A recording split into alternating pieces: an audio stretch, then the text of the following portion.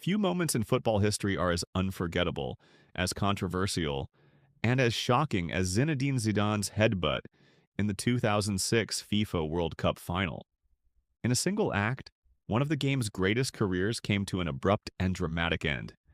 Zidane had already established himself as a legend long before 2006.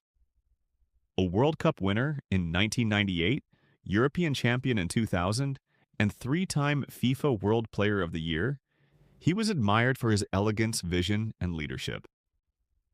By the time of the World Cup in Germany, he was 34 years old and preparing for retirement. Many believed the tournament would be his final bow, a stage on which he could crown his career with one last moment of glory. Throughout the tournament, Zidane proved he was still capable of brilliance. Against Brazil in the quarterfinals, his control and creativity rolled back the years.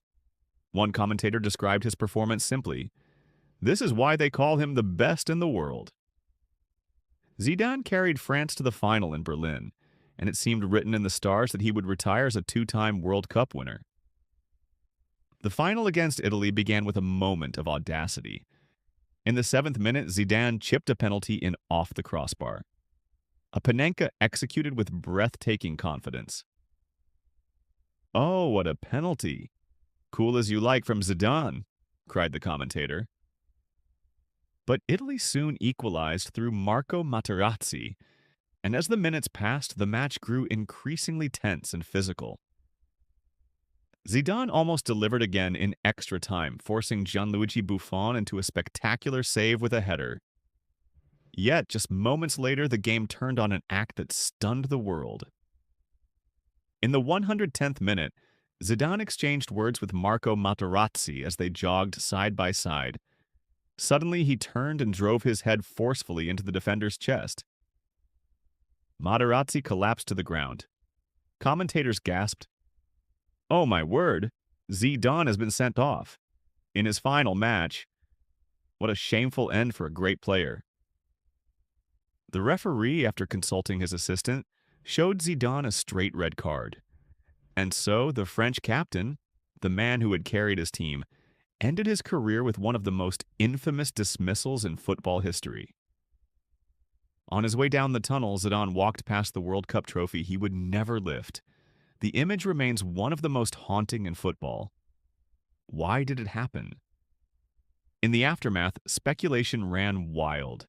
Some claimed Materazzi had called Zidane a terrorist. Others thought the insult was racial. The truth eventually came out. Materazzi admitted he had insulted Zidane's sister. Zidane himself later explained, "He said very hard words about my mother and my sister. I am a man before I am a footballer. I would rather die than apologize to him." For some, Zidane's act was seen as an understandable defense of dignity.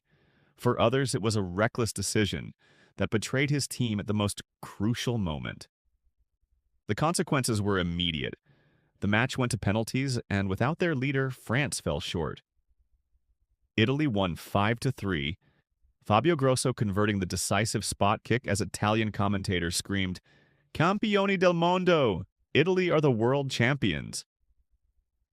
Instead of lifting the trophy, France were left heartbroken, and Zidane was left disgraced.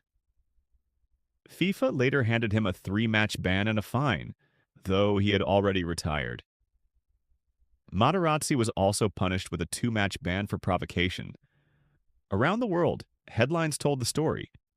Shame of a legend, hero and villain, and the tragedy of Zidane. Yet with time, Zidane's reputation has endured. He remains celebrated as one of the greatest players in football history. As a coach, he went on to lift 3 Champions League titles with Real Madrid, proving his genius in a new role. But the headbutt has never been forgotten.